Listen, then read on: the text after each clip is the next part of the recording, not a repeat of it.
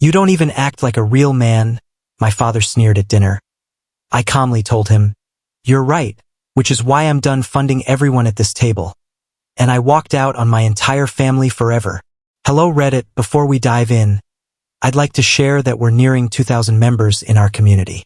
If you find this content engaging, please show your support by liking, subscribing, and joining our expanding family. Help us achieve that 2,000 subscriber milestone before the month concludes. I never anticipated that my moment of reckoning would occur during a dinner at an expensive steakhouse, yet existence has a peculiar way of forcing you to your limits when you're most unprepared. That evening found us arranged around an elongated table. My parents presided over the center like sovereign rulers.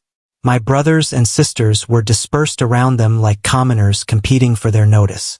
And I, the firstborn son, silently carrying the unseen burden of collective expectations. I had consistently been the reliable pillar, the one who settled expenses when my father's entrepreneurial efforts repeatedly foundered, the one who rescued my sister from mountainous credit card obligations accumulated in pursuit of an Instagram-inspired existence, the one who purchased birthday gifts for nieces and nephews whose names I could scarcely recall because my time was perpetually consumed maintaining dual employment to support everyone's financial needs. They labeled this family devotion. I identified it as indentured service.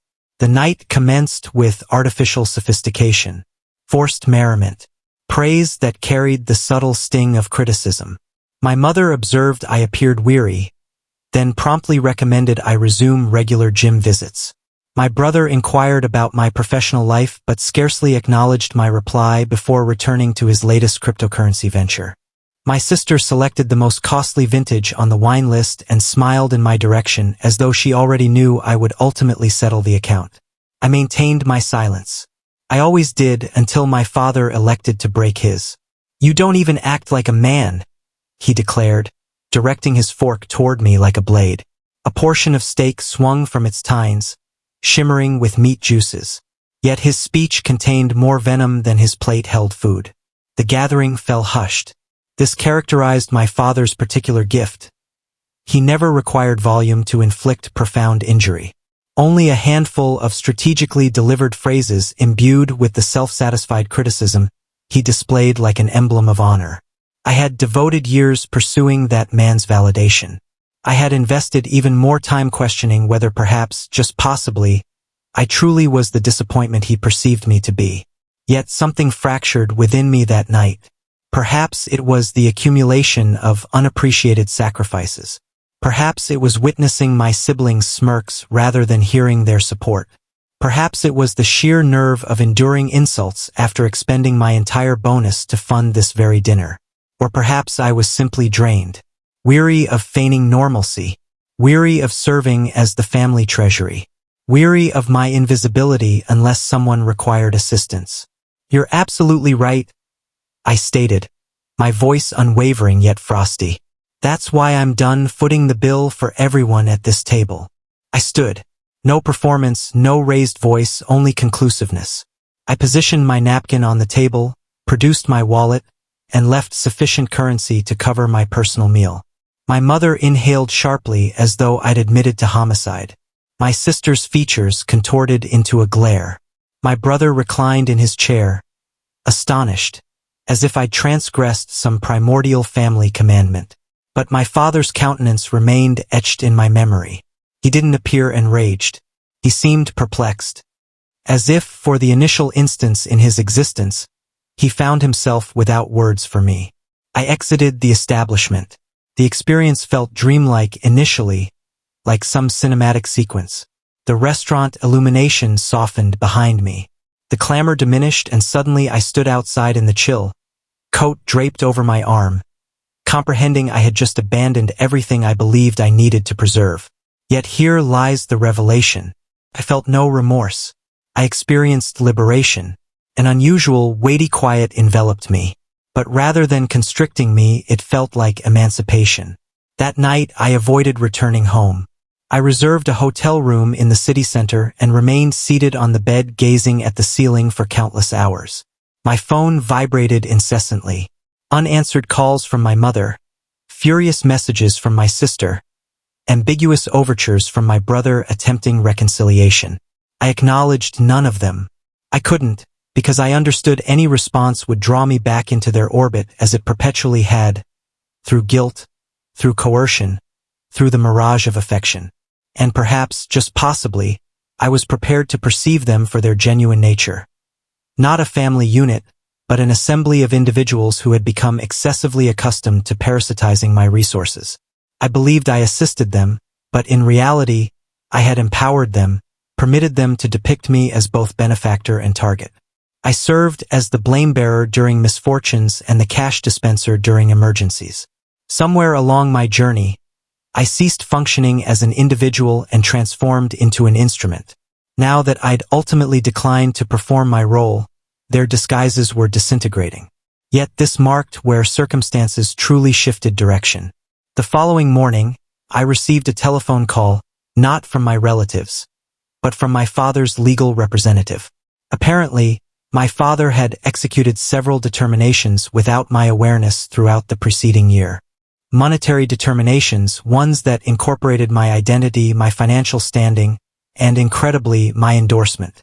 I stood dumbfounded. I hadn't authorized anything, yet the attorney maintained I had. According to the documentation, I was designated as a guarantor for a substantial financial loan, one my father had failed to honor merely weeks earlier. The realization struck me with physical force. Departing that dinner hadn't represented the conclusion. It merely signaled the commencement of a tempest I never anticipated approaching. The voice on the telephone, an individual named Raymond, remained composed, businesslike, and completely separated from the disorder he introduced to my existence. He clarified that official notifications would be delivered to my residence, but he wished to forewarn me since the banking institution was already arranging legal proceedings. I chuckled, not from amusement, but from the utter ridiculousness of the situation. I hadn't co-endorsed any documents. I hadn't consented to any borrowings. I hadn't even conversed with my father regarding finances beyond repeatedly refusing additional funding.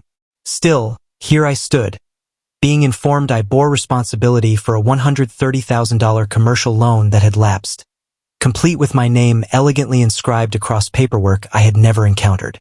I drove immediately to the legal practice. I didn't trouble to change from the hooded sweatshirt and denims I had slept wearing. Upon arrival, I was escorted into a silent meeting chamber and presented with a substantial binder. I examined its contents, my heart hammering. There it existed. My identity, my social security digits, my falsified signature, displayed across numerous pages that suggested I had voluntarily fastened myself to my father's failing undertaking. Raymond observed me from the opposite side of the table as if I were an explosive device preparing to detonate. And truthfully, I was, not through fury or aggression, but through that gradual collapse where every certainty you possessed begins disintegrating around you. I couldn't grasp it. My biological father had appropriated my identity, utilized my personal information to obtain financing, then permitted it to deteriorate. More deplorably, the loan didn't support some honorable purpose or some final effort to preserve a family enterprise. It financed an extravagant automobile dealership operation he had initiated with one of his dubious companions, an enterprise I had cautioned him against 12 months prior. He had mocked me then, asserted I failed to comprehend risk assumption, declared I was too gentle, too prudent. Now that risk threatened to decimate my credit, evaporate my reserves, and potentially bring me before a judge. And he hadn't even attempted to forewarn me. No apology, no advance notice, merely an explosive device deposited into my existence while he performed the part of exemplary parent during family meals. I departed the office insensate, clutching the binder like a terminal diagnosis. My phone trembled again. This time, a communication from my mother. Contact your father. He's distressed. Distressed. Not apologetic. Not explanatory. Merely distressed. As though he represented the victim. As though my response to being deceived and financially undermined constituted the genuine transgression. That instant brought complete clarity. I recognized then that exiting that dinner hadn't been self-centered. It had been imperative. Throughout my entire existence, I had confused endurance with faithfulness. I imagined supporting my family required permitting them to exhaust me completely. But no longer. I returned to my apartment, the dwelling I had laboriously earned through independent effort, and reached a resolution I never believed I possessed the courage to implement. I retained legal counsel, an exceptionally competent attorney. I presented him with the falsified paperwork and supplied every electronic communication, text message, and telephone record that demonstrated my unawareness of the loan. He assured me the process would require duration, but I possessed a formidable argument, not solely to restore my reputation, but to initiate criminal proceedings if I elected. Initially, I vacillated. I didn't desire to incarcerate my own father. But then I reflected upon the years of exploitation, the countless dollars I had channeled into a family that treated me like a breathing automated teller machine. The falsehoods, the control, the psychological mistreatment disguised as constructive criticism. And I recognized my necessary course of action. The repercussions emerged rapidly. When my father discovered I intended to prosecute, he erupted. He addressed me with every conceivable insult. Alleged I dismantled the family structure. My mother implored me to abandon the case, insisting we could manage it discreetly. My sister labeled me theatrical. My brother attempted mediation once more, questioning whether I genuinely wished to dismantle our family over a financial obligation. But they failed to comprehend. I hadn't demolished anything. I had simply ceased facilitating the damage they had inflicted for years. The reality was, our family had been shattered long before I exited that restaurant. I was simply the sole member finally courageous enough to cease pretending otherwise. The litigation extended for months. I needed to examine financial histories, provide testimony during conferences, and tolerate infinite voice messages from my parents, alternating between rejection and despondency. But ultimately, the judicial system delivered vindication.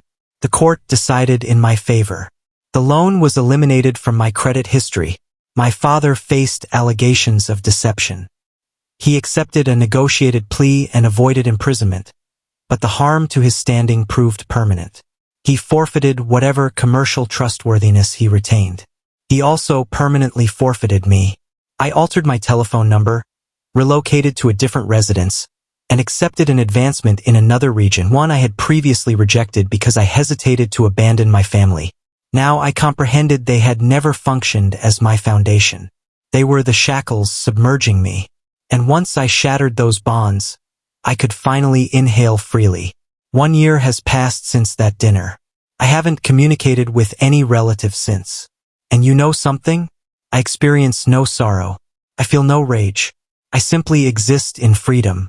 I previously imagined separating from your family represented the most terrible action possible. Yet occasionally it constitutes the most vital action, because familial bonds don't outweigh personal dignity. And nobody, absolutely nobody, earns the right to manipulate affection merely to maintain your brokenness. So indeed, I didn't behave like the man my father expected me to become. I conducted myself like the man I needed to evolve into, and I've never glanced backward.